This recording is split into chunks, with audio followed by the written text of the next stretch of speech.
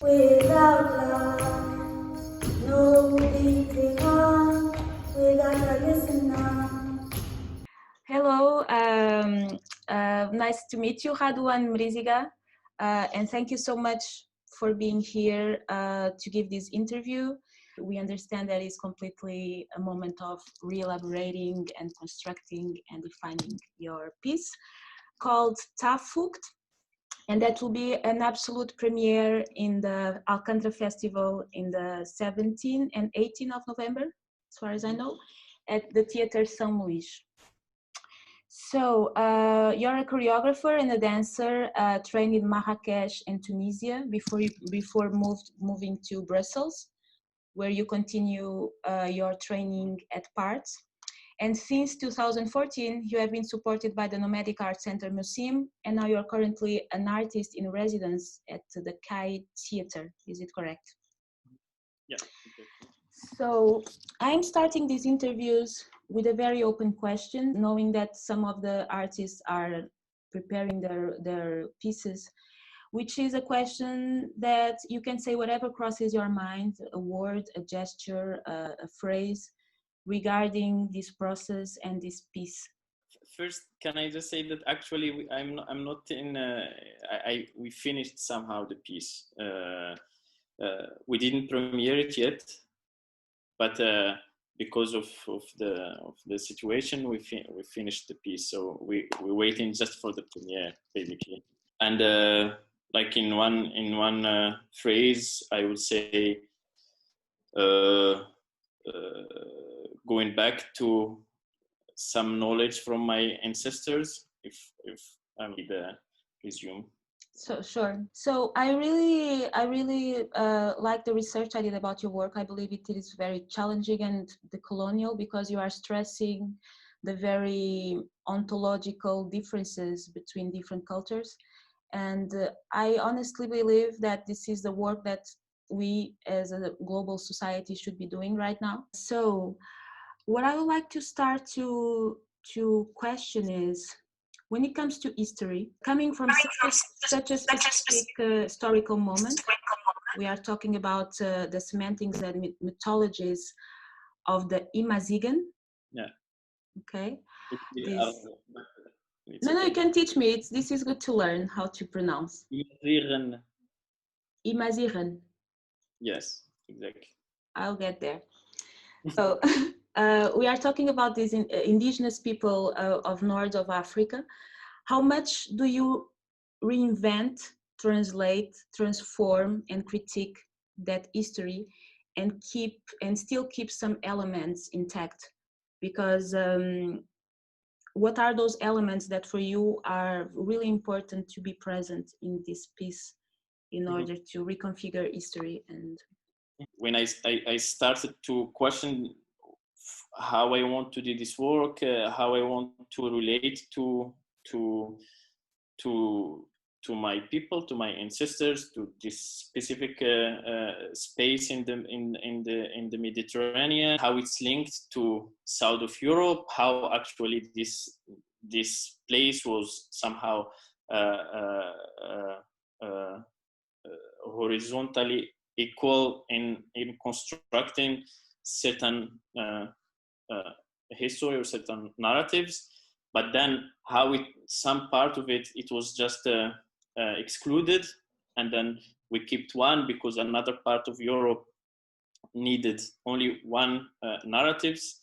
And of course, by being here, by studying art here and studying art history, there is these questions that you always busy with, because then you only hear one kind of narrative of what is art history, what is history in general, where it starts. While me, when I was young, I had a different starting of history, and then also even that one, it was not the one that actually let's say the most satisfying for me, because we in Morocco also we start from a little bit very small from Egypt and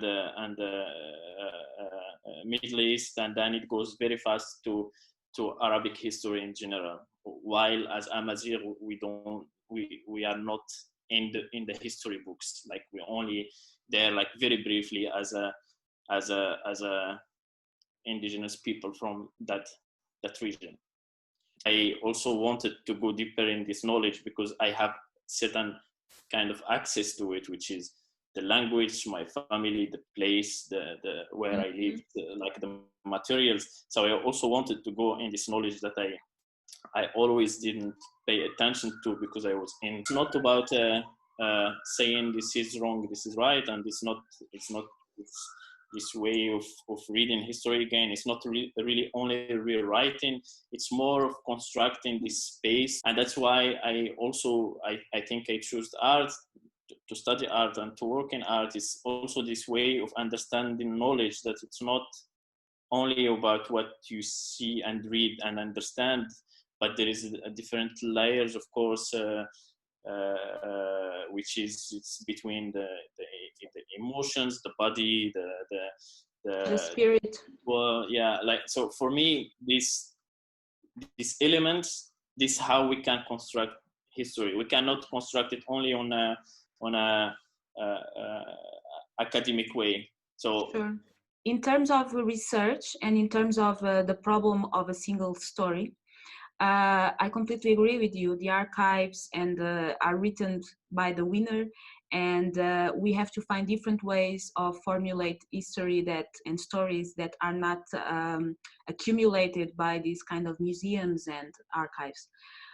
I would like to understand how do you make your research, also considering that sometimes what I find very violent is that these indigenous, that like they call, are put it as something ancestral, but they are alive and well, because Imazigan, as far as I know, are the Berbers. Yeah, it's a pejorative name normally, and this is part of the work also that we are doing as Amazigh people, is also to change this exactly this idea about these people as it's are living in a museum, but they are living, actually we are living. Sure. We are doing things. Yeah, we are here.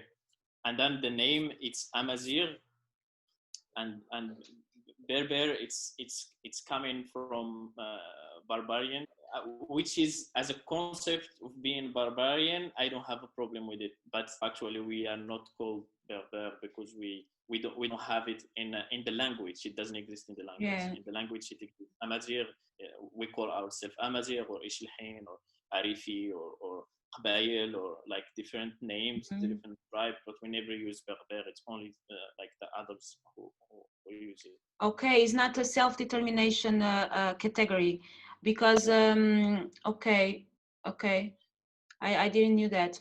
That's the problem. Sorry, that's the problem also with academic writing of history, because you will find a lot of academics who call the Amazigh Berber, and you will find even Amazigh academics who call themselves Berber, because it's so implanted in their studies and their way of understanding the history that it's hard to change it. And then, sure. Yeah. To be completely honest, I always try to respect how people self-determine themselves, but I have a friend that married a person from your region that calls himself Berber, and this is exactly what you're saying. Sometimes we are also reproducing these kind of categories. But yes, can you explain me a bit more about your research methods? Yeah. And to just be also clear about the work in general and the process, because it's not really let's say an anthropological research on the Amazigh. It's more work on questioning knowledge in general, or the hierarchy of knowledge in general. What does it mean? Why certain knowledge is more important than other, and that includes also indigenous knowledge in relation to other kind of knowledges, but also it includes the body knowledge. It also includes the oral knowledge. It includes as well the emotional and the spiritual knowledge. So this is like I would say the top actually of the research. So I go first to let's say prehistoric theories and speculation about this this space, these people, how they were, but through another or a new reading of this history. I wanted to do to start from the start. Now, I mean, in the Amazigh studies, everybody knows or claim that Imazighen, they were always a matriarchy first, and from there I wanted to start from that point without without trying to appropriate any female or feminist discourse, but I wanted to start from something have to do with the female, and then it comes through my research, this theory of Black Athena.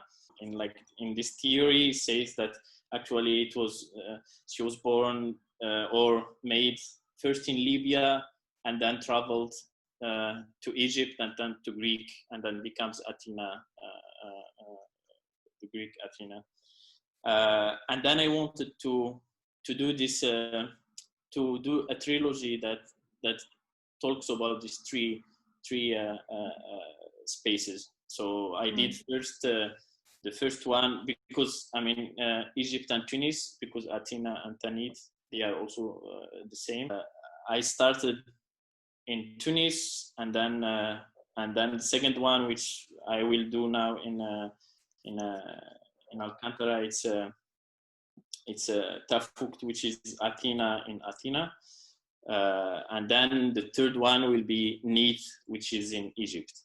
It started from there, from really revisiting this new theory of this travel of this history, and then to go to each goddess and see how can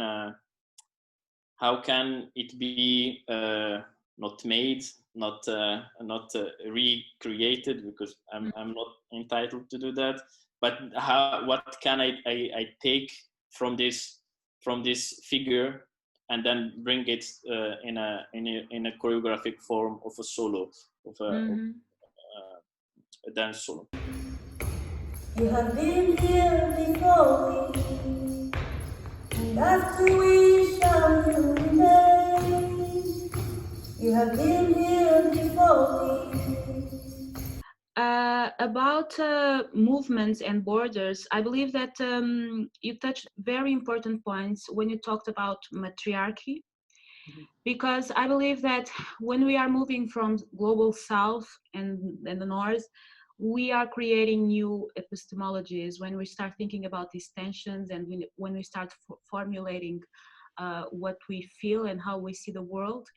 And for me, it's very interesting that you said, I don't want to use labels such as feminism, because in fact, when we are talking about matriarchal societies, the questions about gender equality changed a bit.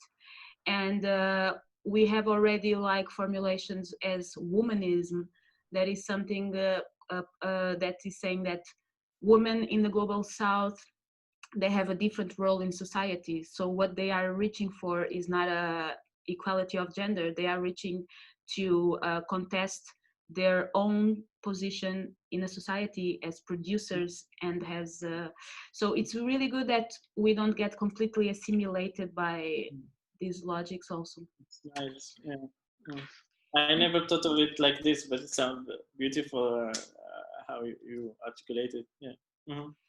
And I have a bit more dense question. Is still about this relation with Europe and the Western world, which is how can we contradict the Eurocentric authority if we somehow legitimate its continuity and feeds its continuity by working and showing our work in Europe.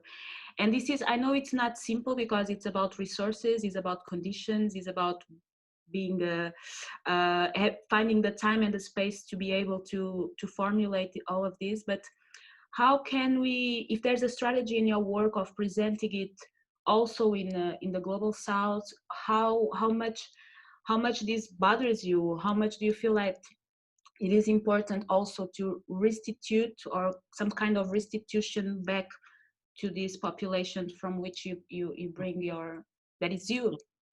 So it's not a extractivist relationship, but we end up being in this bigger machine that somehow consume us, to be a bit dramatic.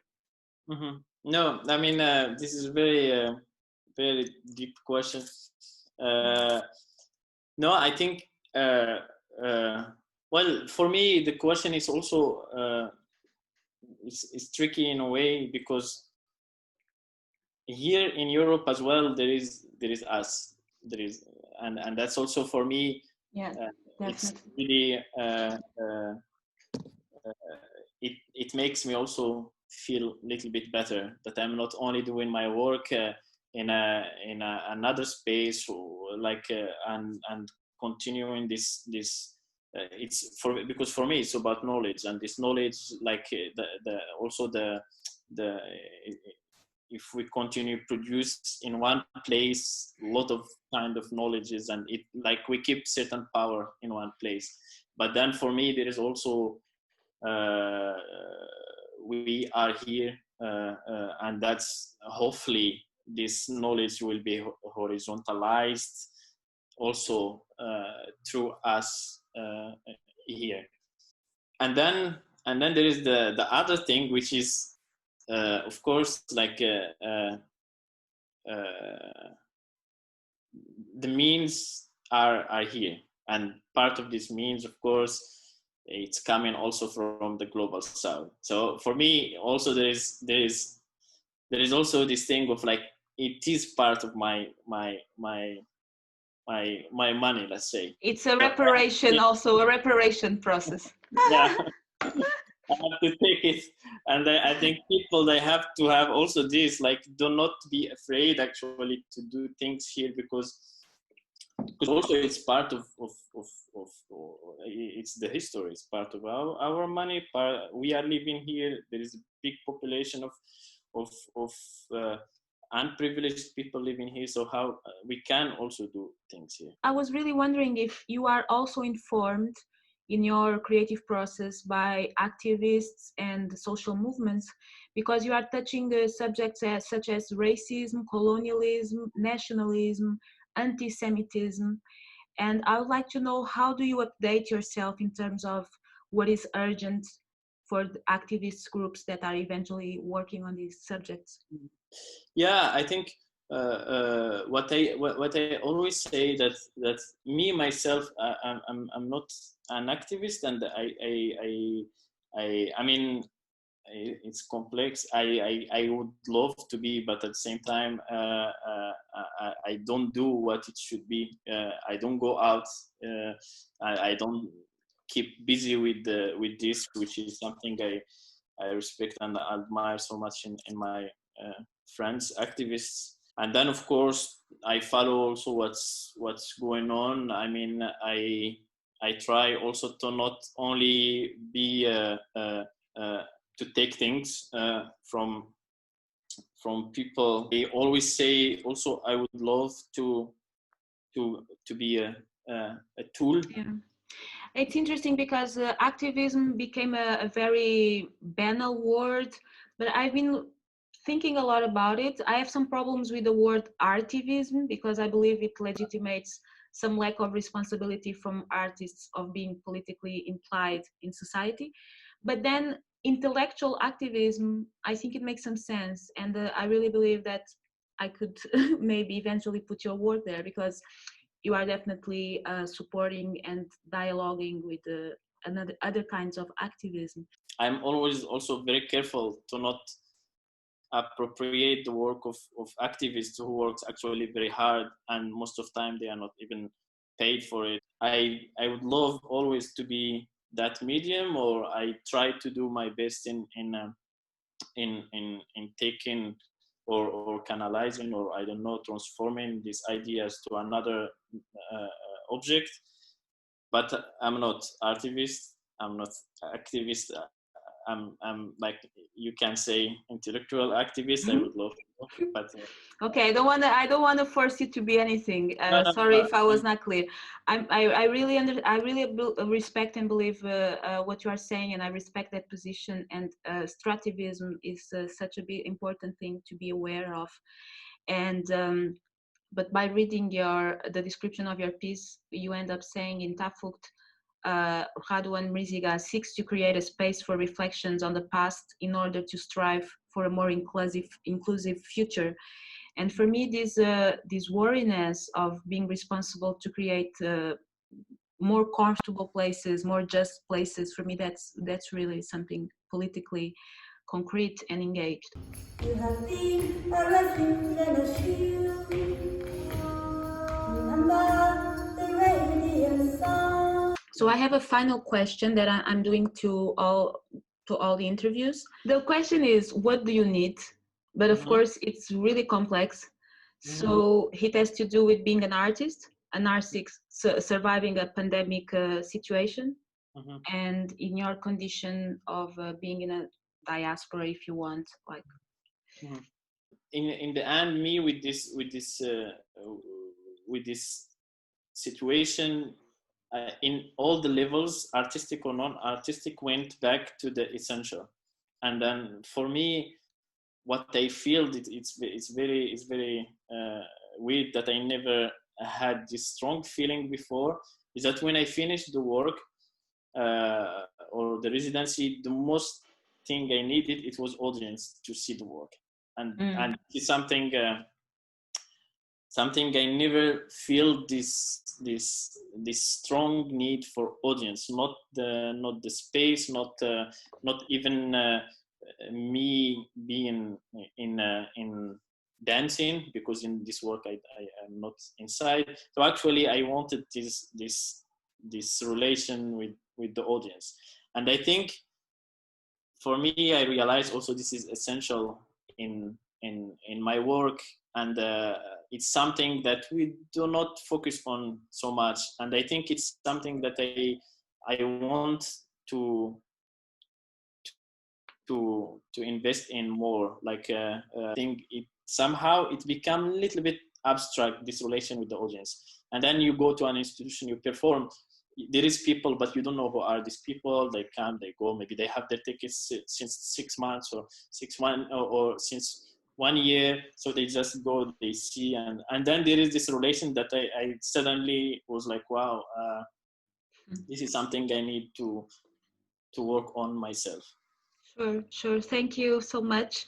There's a lot of things that we could continue, even this relation with the audience, that sometimes you try to be an active part of the piece in previous pieces, but we have to end our talk here. I hope to see your performance, and I hope this waiting process doesn't become too rushed.